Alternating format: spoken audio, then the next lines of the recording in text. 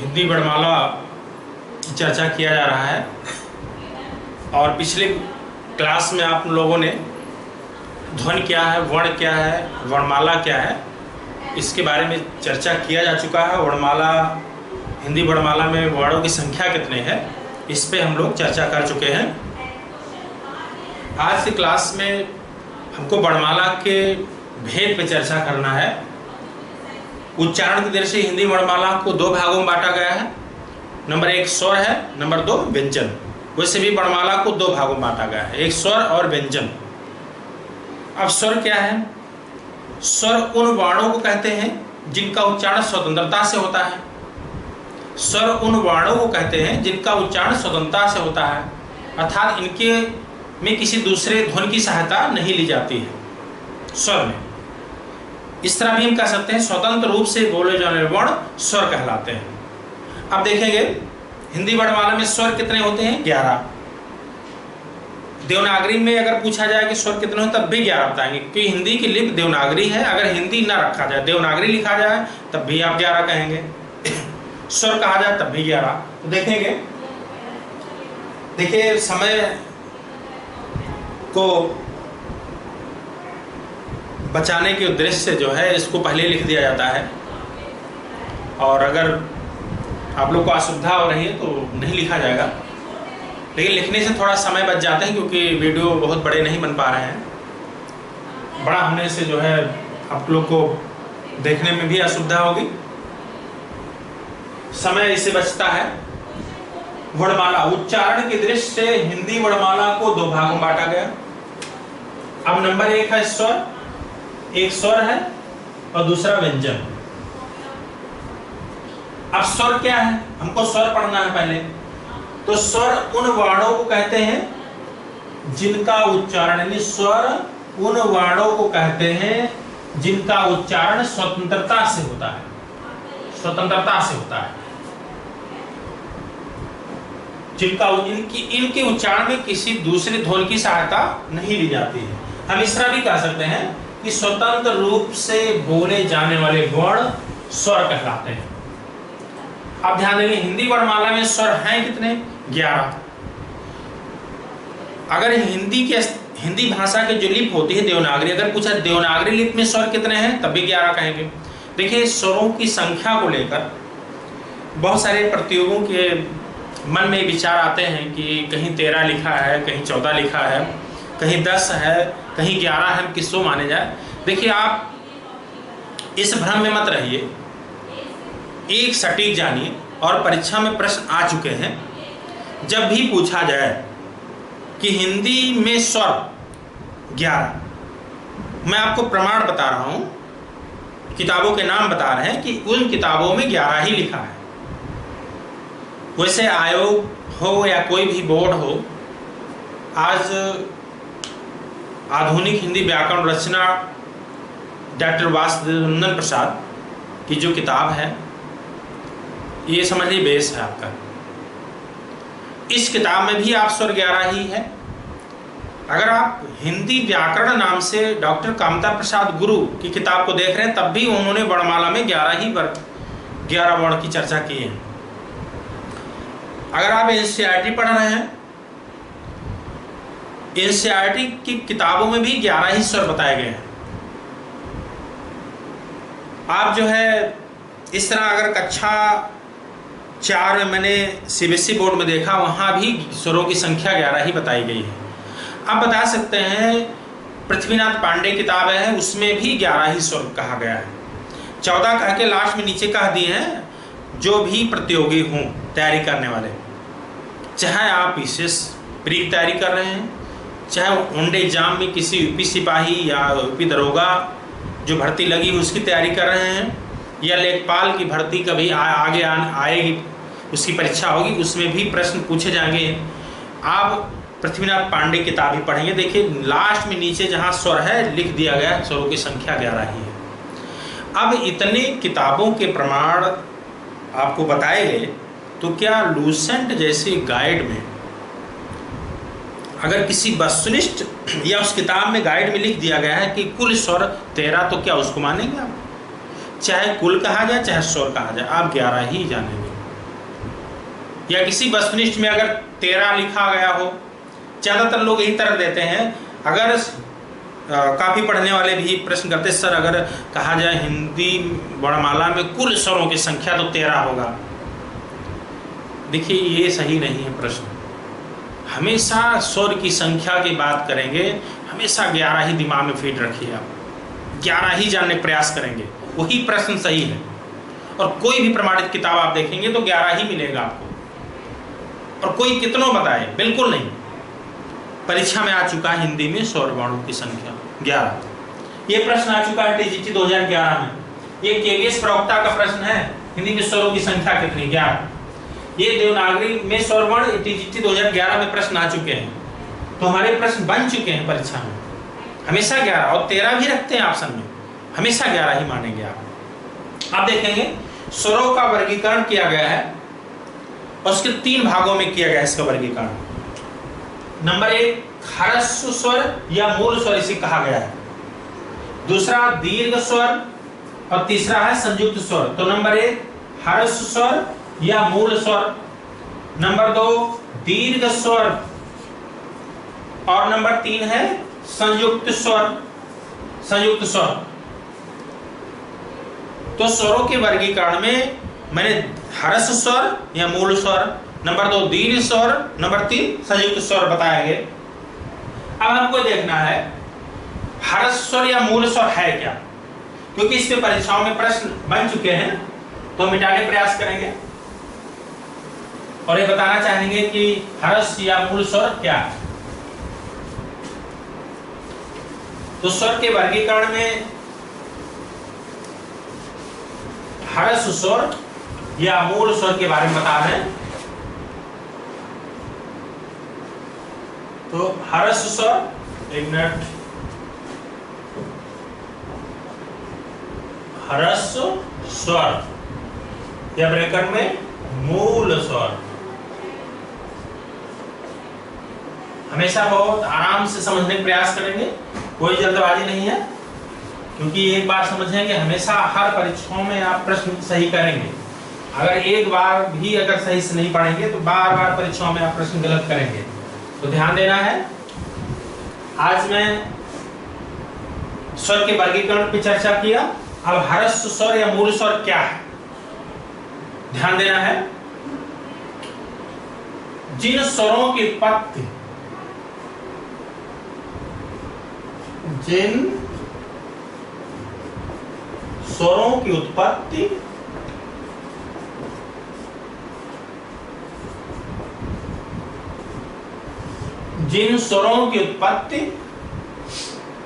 किन्हीं दूसरे स्वर से नहीं है,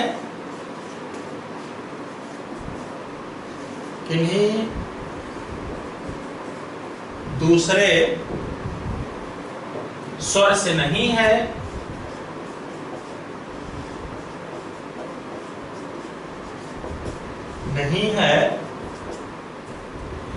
जिन स्वरों की उत्पत्ति किन्हीं दूसरे स्वर से नहीं है या स्वरों से नहीं है, ध्यान देंगे यहां पे, दूसरे स्वरों से नहीं है, उन्हें मूल स्वर कहते हैं। उन्हें मूल स्वर कहते हैं।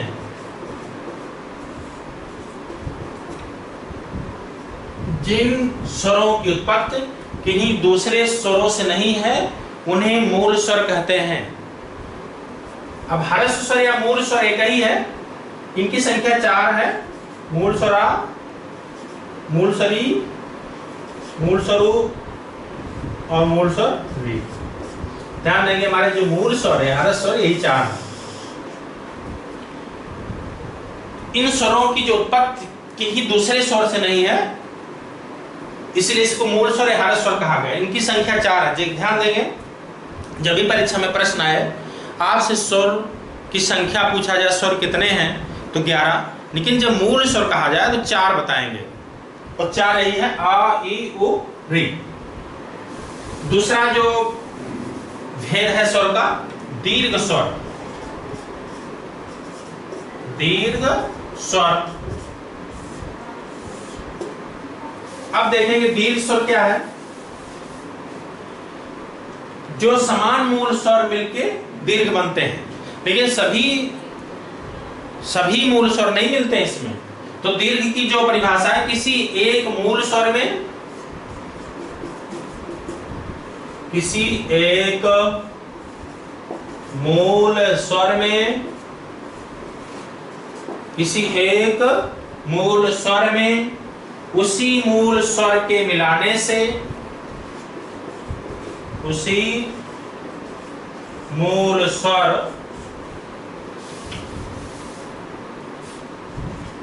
के मिलाने से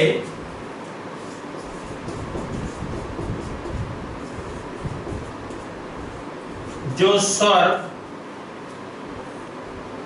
उत्पन्न होता है,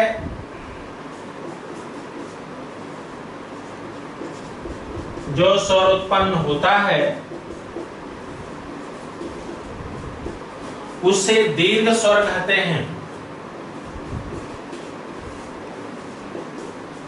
ध्यान देंगे, उसे दीर्घ स्वर कहते हैं। फिर से बताना चाहेंगे, हर्ष या मूल स्वर में बताया गया जिन स्वरों की उत्पत्ति किन्हीं दूसरे स्वरों से नहीं है उन्हें मूल स्वर कहते हैं।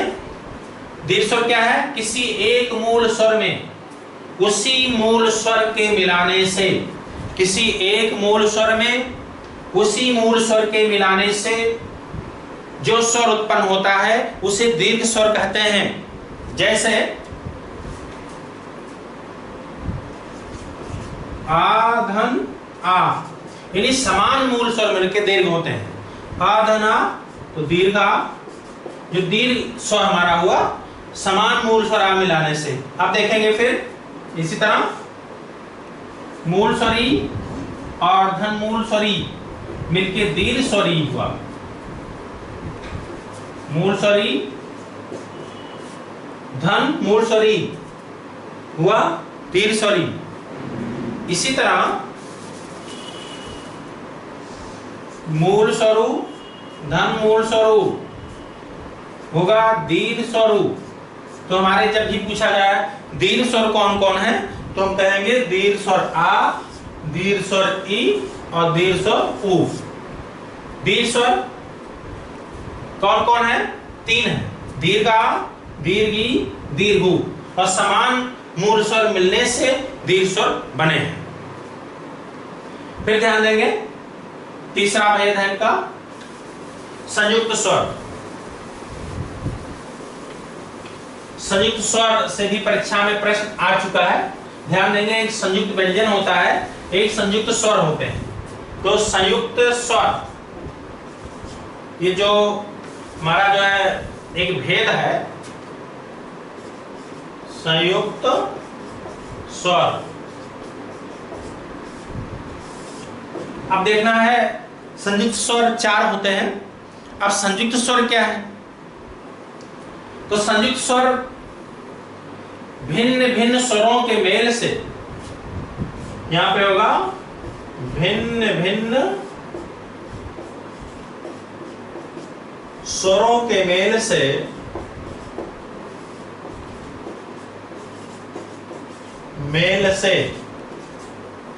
भिन्न भिन्न स्वरों के मेल से जो स्वर उत्पन्न होता है उसे संयुक्त स्वर कहते हैं। भिन्न भिन्न स्वरों के मेल से जो स्वर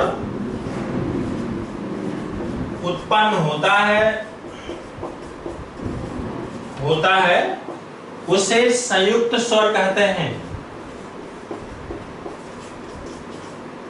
संयुक्त स्वर कहते हैं।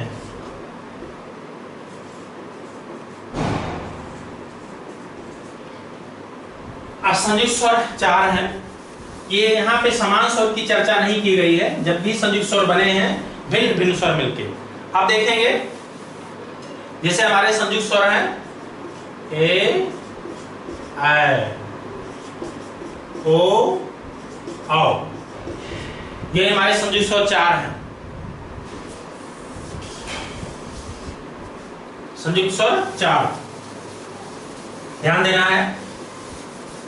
अगर परीक्षा में पूछा जाए मूल स्वर कितने 4, स्वर कितने 11 और दीर्घ स्वर कितने 3 और संयुक्त स्वर कितने 4, तो हमारे जो संयुक्त स्वर हैं ए आई ओ औ।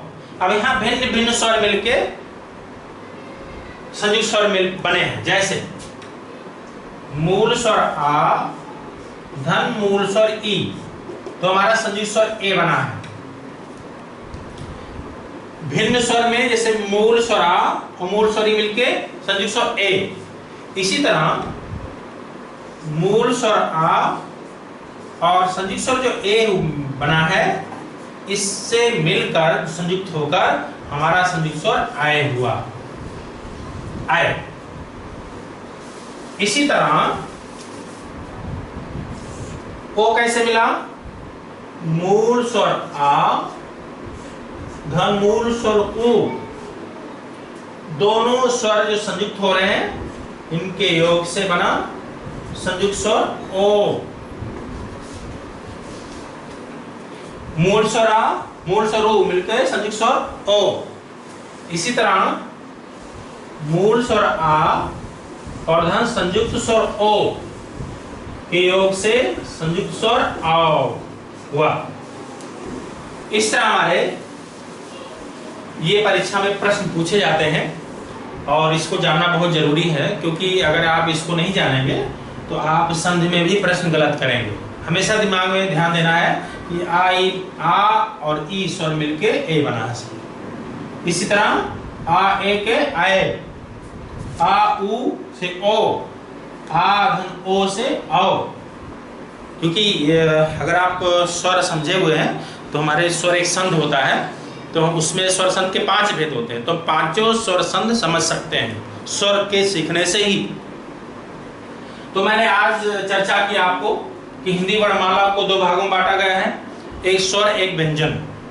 अब स्वर क्या है, स्वर उन वर्णों को कहते हैं जिनका उच्चारण स्वतंत्रता से होता है, अर्थात स्वतंत्र रूप से बोले जाने वाले वर्ण स्वर कहलाते हैं।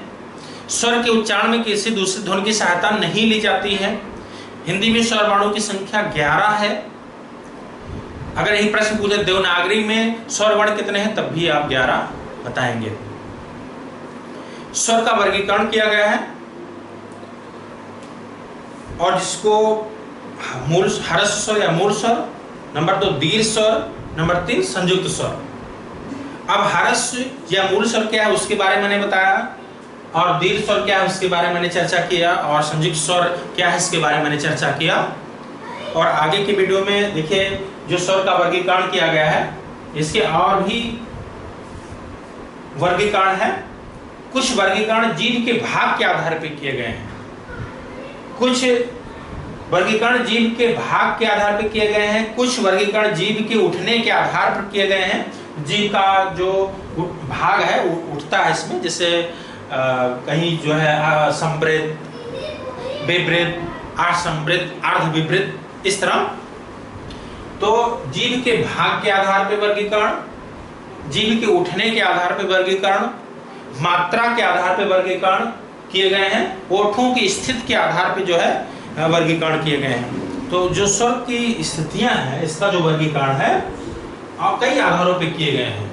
जब आप इंटर कॉलेज प्रवक्ता या टीजीटी, यूजीसी या जीआईसी के टीजीटी या प्रवक्ता परीक्षा या डिग्री कॉलेज या और भी किसी दिल्ली अधीनस्थ जैसे टीजीटी पीटी वहाँ है, इस तरह की परीक्षाएं आप देंगे, या आपकी उत्तर प्रदेश की कोई ऐसी भर्ती हो, यूपी दरोगा, यूपी लेखपाल, चकबंदी लेखपाल, ऐसी भी भर्तियों के प्रश्न।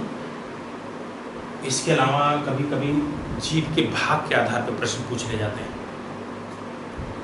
तो आगे मैं जो जीभ के भाग के आधार पे, जीभ के उठने के आधार पर, ओठों की स्थिति के आधार पर, मात्रा के आधार पे जो आगे इसके वर्गीकरण है उस पर चर्चा करेंगे।